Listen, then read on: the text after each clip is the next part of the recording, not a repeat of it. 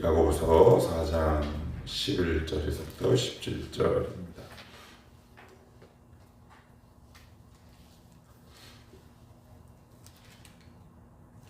우리 한 절씩 교독하면서 봅시다. 형제들아, 서로 비방하지 말라.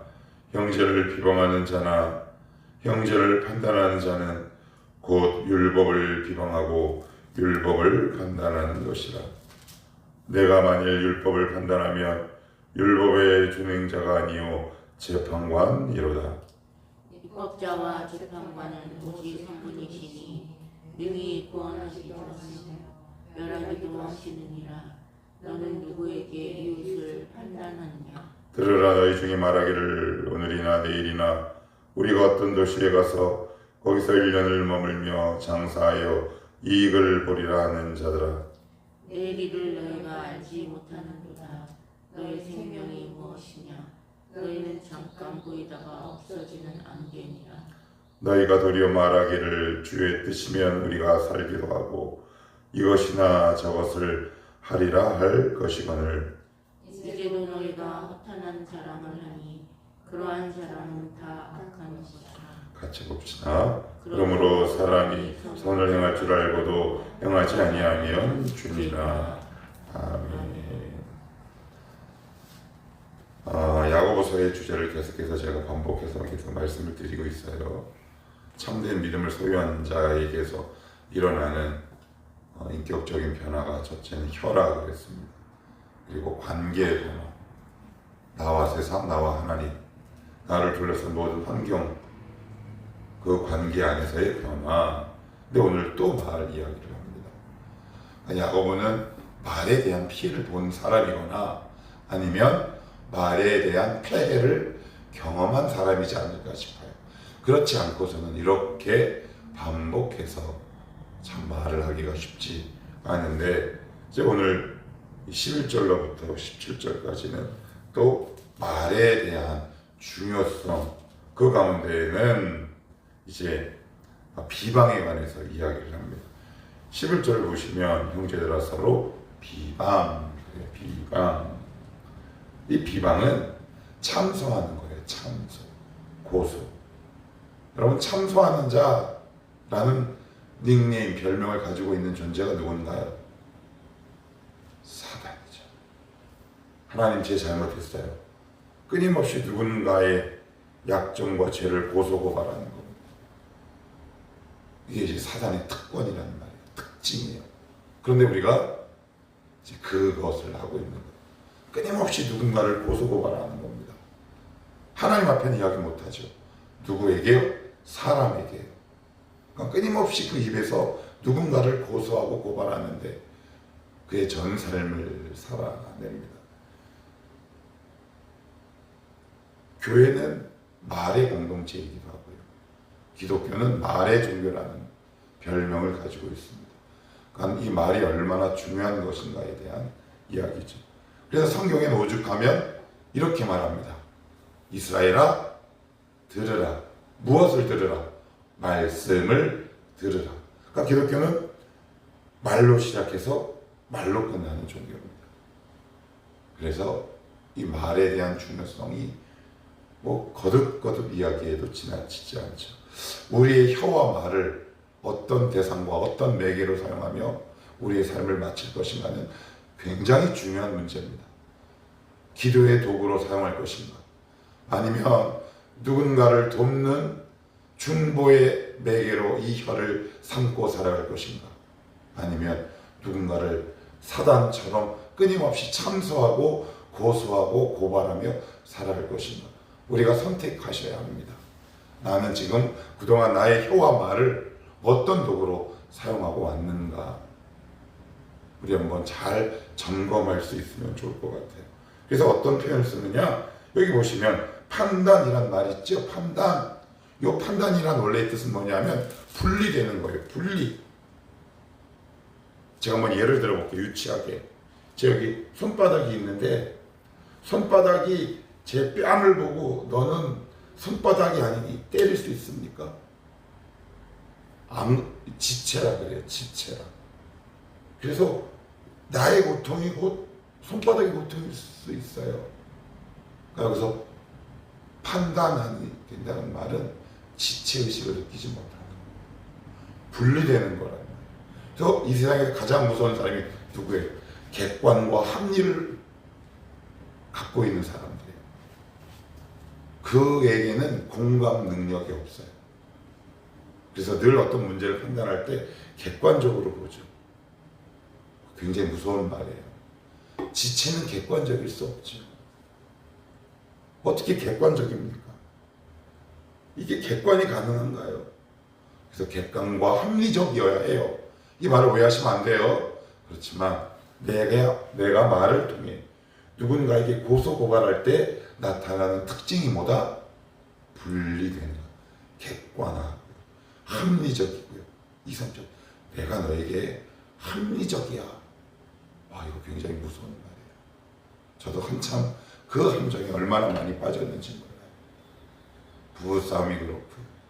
교회 공동체 안에 지체 간의 다툼이 그래요. 우리 속지 말자고요. 내 혀를 어떤 도구로 하나님 앞에 드릴 것인가. 하나님 누구를 축복합니다. 하나님 오늘도 A라는 지체를 위해서 기도합니다. 오늘도 B라는 지체를 위해서 기도합니다. 여기에 우리 혀를 들이며 살아가기를 축복합니다. 그래야지 복되지 않겠습니까? 복받기는 그렇게 원하면서 혀는 복받는 혀가 아니야. 아이고 참 심각합니다. 그래, 복받는 사람의 특징, 혀를 잘 사용하는 사람입니다. 꼭 기억하셔야 합니다. 오늘 두 가지 말씀을 드렸습니다. 고소 고발하는 데 쓰지 마라. 여기 비방이란 말은 참소하고 고소하고 고발하는 것이다. 그리고 판단은 분리되는 거예요. 그러니까 지체의식이 결여된 겁니다. 누군가를 굉장히 객관적이고 이성적이고 합리적인 시선으로 그의 전 인격을 이렇게 차근차근 쪼개서 비판하고 비방하죠. 그 짓 하지 말랍니다. 하나님이 우리를 이렇게 판단했으면 우리는 벌써 죽었을 겁니다. 너 있잖아, 내가 객관적으로 얘기한다. 여러분, 율법은 굉장히 객관이고 합리지만 은혜는 어떻습니까? 그걸 덮는 거 아닙니까? 덮는 거잖아요. 예. 하나님이 우리를 만약에 객관적이고 합리적으로 우리를 법정에 세웠으면 우리는 죽었어요. 그런데 이 법정에 누굴 세우셨어요? 당신의 아들을 세우셨잖아요. 근데 우리는 그 은혜를 참 자주 잊어요. 그래서 그 은혜를 잊고 누군가를 합리적으로 바라보고요. 그래서 우리는 자꾸 검사가 되는 거죠. 검사가 됩니다. 동시에 재판관이 되죠. 그래서 12절에 이렇게 얘기합니다. 자, 한번 봅시다. 시작. 입법자와 재판관은 오직 한 분이시니 능히 구원하기도 하시며 멸하기도 하시느니라. 너는 누구이기에 이웃을 판단하느냐. 그래요. 우리는 누굽니까? 준행자입니다. 준행자. 말씀을 지키는 사람입니다. 그래서 지키다가 못 지키면 뭐가 됩니까? 피고인이 돼요. 내가 피고인이 됐을 때 나를 고발하는 사람은 누군가요? 마귀예요. 근데 그 역할을 지금 내가 하고 있는 거죠. 우리가 정신 딱 차려야 합니다.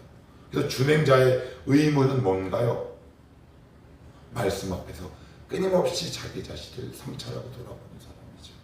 그러니까 남을 돌아볼 시간이 없어요. 그러니까 여러분, 말씀 앞에 나를 내밀하고 정밀하고 깊고 진실하게 돌아보지 않으면 이 말씀의 거울을 누구에게 내리냐면 옆에 있는 사람에게 됩니다. 그런데 말씀 앞에 딱 서보십시오. 이 말씀이 나를 가슴을 때려본 경험이 없는 사람들이 이 말씀을 가지고 제3자를 때리죠. 그러면 저 사람도 죽고 나도 죽는데 내가 말씀의 준행자로 그 말씀 앞에 나를 세워가면 나도 살고 타인도 사는 거죠. 그런데 우리는 이게 은혜가 떨어지면 자꾸 말씀 앞에 3자를 막 끌고 와요. 야, 이거 봐. 그럴 시간에 여러분의 영혼을 말씀 앞에서 세워가십시다. 그러면 나도 살고 저 사람도 사는 겁니다. 누구 보고 은혜 받으러 갈 얘기할 필요 없습니다. 하나님 오늘도 이 말씀 앞에 나를 조명해 세웁니다. 그래서 이 말씀이 나를 치유하고 쪼개는 수술하는 작업이 일어나면 입법자와 재판관, 그 입법자가 뭡니까? 법을 세우고 그리고 재판관, 집행하고 판단하는 이 모든 권리는 오직 누구에게만 있다? 하나님께만 있다. 우리는 그저 말씀을 내 앞에 조명하는 준행자다. 오늘도 우리가 해야 할 일, 이 말씀을 나를 향해 끊임없이 비치고 세워가는 일. 그럴 때 어떤 일이 생기지 않는다? 이 혀를 잠재울 수 있어요. 혀를. 우리 앞에서 살펴봤죠. 혀를 길들일 수 있는 사람이 있다 없다? 없다 그랬어요. 혀는 누구만 길들일 수 있어요? 하나님. 혀는 어디서부터 출발해요? 마음. 마음은 누가 지켜요? 하나님. 그래서 우리 이렇게 말하자고요. 성령이 말하게 하심을 따라. 사도행전 2장에 나오잖아요. 그 기도를 열심히 한 초대교회 성도들이 결국 성령의 말하게 하심을 따라 말아요. 그게 뭐예요? 밤언이잖아요. 밤언. 성령이 말하게 하심을 따라 누군가에게 말합시다. 성령이 말하게 하심을 따라 누군가를 축복합시다. 그러한 사람, 그러한 성도가 정말 귀하고 아름다운 성도 아니겠습니까? 자, 그러면서 뭐라고 얘기하냐면 이렇게 얘기합니다. 한 비유를 듭니다. 들으라. 너희 중에 말하기를 오늘이나 내일이나 우리가 어떤 도시에 가서 1년을 머물며 장사하여 이익을 보리라 하는 자들아. 이건 단순히 장사꾼에 관한 이야기가 아니라 요 말의 실수를 계속하는 사람을 설득하기 위한 하나의 비유법 이렇게 보시면 돼요. 너 장사한다고 한번 생각을 한번 해봐라.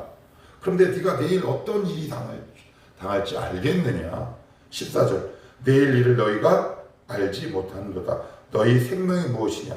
여기는 읽어봅시다. 너희는 시작. 너희는 잠깐 보이다가 없어지는 안개니라. 안개에 불과한 너희가 얼마나 입으로 죄를 범하며 살겠느냐? 너희 인생은 허무하다.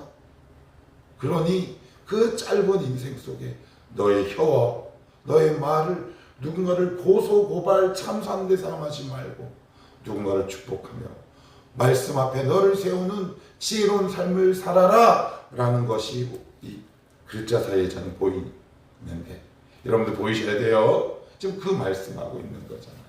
이 허탄한 자들아 안개와 같다. 우리가 안개와 같답니다. 저도 오늘 기도할 때 이렇게 한번 기도해 보려고 합니다.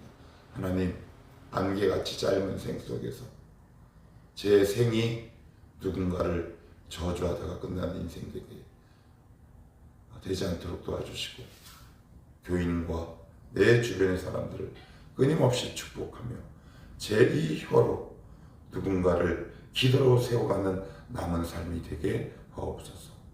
그렇게 기도하고 싶어요. 여러분들도 이렇게 살다가 하나님 앞에 섭시다. 그냥 맨날 누구는 이렇대. 정신없어요. 정신없어요. 우리를 뭐라고 말씀하세요? 안개랍니다. 허탄한 허망한 존재들입니다.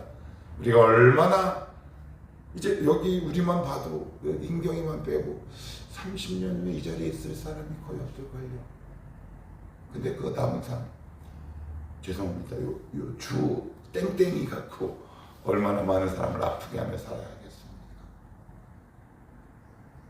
자, 그리고 15절 너희는 도리어 말하기를 주의 뜻이면 우리가 살기도 하고 이것이나 저것을 하리라 할 것이거늘. 16절 이제도 너희가 허탄한 자랑을 하니 그러한 자랑은 다 악한 것이라.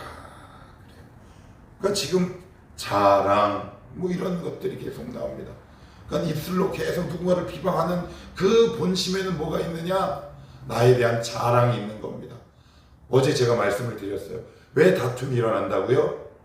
누구보다 높은 곳에 있기. 자랑은 뭐예요? 나는 너보다 위다라는 이야기입니다. 그러니까 우리의 이 말은 어디서부터 나오는 거예요? 높아지고 싶은 우리의 본능 속에서 꿈틀대어 나오는 거라는 말이에요. 그러니 우리가 매일매일 하나님 앞에 서서 그리스도의 보혈로 우리의 심령을 끝까지 적셔내지 않고 말씀 앞에 세워지지 않으면 우리는 자고하는 사람들이 될 수밖에 없어요. 교만한 방법 알려드릴게요. 한번 따라해 보십시오. 한 열흘만 기도하지 않아요. 기도 하지 말아보세요. 어떻게 되나? 눈은 사나워지고요. 입은 거칠어지고요. 그리고 우리의 눈은 율법적으로 변하게 됩니다. 그리고 짜증납니다. 분노가 터지죠. 그리고 내 모습이 한없이 초라해 보이거나 아니면 내 모습을 객관적으로 바라보지 못해서 내가 마치 높은 곳에 있는 것 마냥 교만하게 됩니다. 우리는 원래 그런 존재다. 그러면서 17절 한번 읽어봅시다. 시작. 그러므로 사람이 선을 행할 줄 알고도 행하지 아니하면 죄니라. 그러니 입을 놀려서 너희가 안다고 함부로 이야기하지 마라. 그러지 말고 그 입을 꽉 다물고 네가 정말 안다고 하면 입을 다물고 네 입을 선한 축복의 도구로 사용하라. 그러니까 우리가 보통 이렇게 안다라고 무엇을 통해 얘기합니까? 입을 통해 얘기하는 거죠. 여러분 우리의 입에 속으시면 안 돼요. 제가 청년들에게 자주 하는 말, 제 아내랑 대화하다가 자주 하는 말이 있습니다. 아는 것이 결코 아니더라.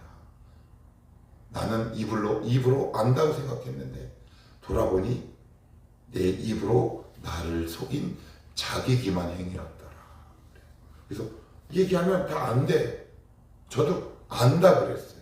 근데 자꾸 속죠. 그런데 오늘 야고보는 뭐라고 얘기합니까? 그러므로 사람이 선을 행할 줄 알고도 행하지 아니하면 죄니라. 이게 무슨 말이에요? 이것이 선인 줄 안다. 말은 끊임없이 하죠. 그런데 실천과 순종의 단계로까지 못 가고 그 신앙이 어디에서 멈추는 거예요? 입에서 멈추는 신앙이죠. 성경은 그것을 뒤에서 응원하지 않습니다. 지원하지 않습니다. 그렇다고 동의하지도 않습니다. 함부로 안다고 하지 말라. 행하는 것만 아는 것이요. 진짜 지식은 행함을 불러오는 것이다. 그래서 우리 안에 있는 믿음이 정말 참된 믿음인가? 아는 방법은 너무 분명하지요. 입에서 머무는 신앙이 아니라 발길로 옮겨가는 신앙. 하나님 오늘도 이런 성숙한 자가 되게 하옵소서. 하나님 이 입술을 통해 누군가를 끊임없이 세우는 아름다운 혀의 권세를 가진 자로 남은 삶을 살게 도와주시고 말씀 앞에 타인을 세워가는 입법자와 재판관이 아니라 하나님 말씀 앞에 먼저 내가 세워지게 하시고 그 말씀 앞에 주신 말씀을 가지고 오늘도 한 걸음 한 걸음 행하고 순종하는 하나님 이런 행함의 열매가 내 안에 있게 하옵소서. 이렇게 살아가는 것이 성도 크리스찬이지 않겠습니까? 오늘도 이런 복된 신앙의 길을 걸어가는 저와 여러분이 되었으면 좋겠습니다. 기도하겠습니다.